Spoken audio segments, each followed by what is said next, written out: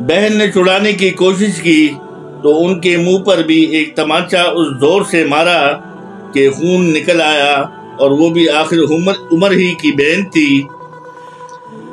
کہنے لگی کہ عمر، ہم کو اس وجہ سے مارا جاتا ہے کہ ہم مسلمان ہو گئے۔ بے شک ہم مسلمان ہو گئے ہیں، تجھ سے جو ہو سکے تو کر لے۔ اس کے بعد حضرت عمر کی نگاہ اس صحیفے پر پڑی جو جلدی میں باہر رہ گیا تھا، اور غصے کا جوش بھی اس کے مار پیٹ سے کم ہو گیا تھا، اور بہن کے اس طرح خون میں بھر جانے سے شرم سے بھی آ رہی تھی۔ کہنے لگے کہ اچھا، مجھ کو دکھلاؤ یہ کیا ہے۔ بہن نے کہا کہ تو ناپاک ہے اور اس کو ناپاک ہاتھ نہیں لگا سکتا۔ ہر چند اصرار کیا مگر بے وضو اور غسل دینے کو تیار نہ ہوئے۔ حضرت عمر نے غسل کیا اور اس کو لے کر پڑھا۔ اس میں سورہ طٰ لکھی ہوئی تھی، اس کو پڑھنا شروع کیا، اور انی ان اللہ لا الہ الا ان عبدونی واقم الصلاۃ ذکری تک پڑھا کہ حالت ہی بدل گئی۔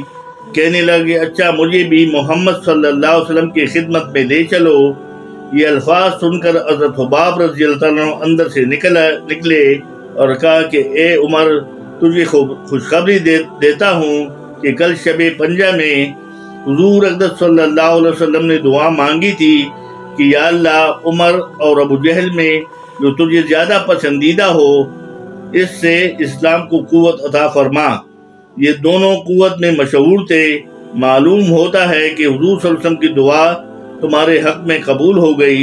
اس کے بعد حضور صلی اللہ علیہ وسلم کی خدمت میں حاضر ہوئے اور جمعے کی صبح مسلمان ہوئے۔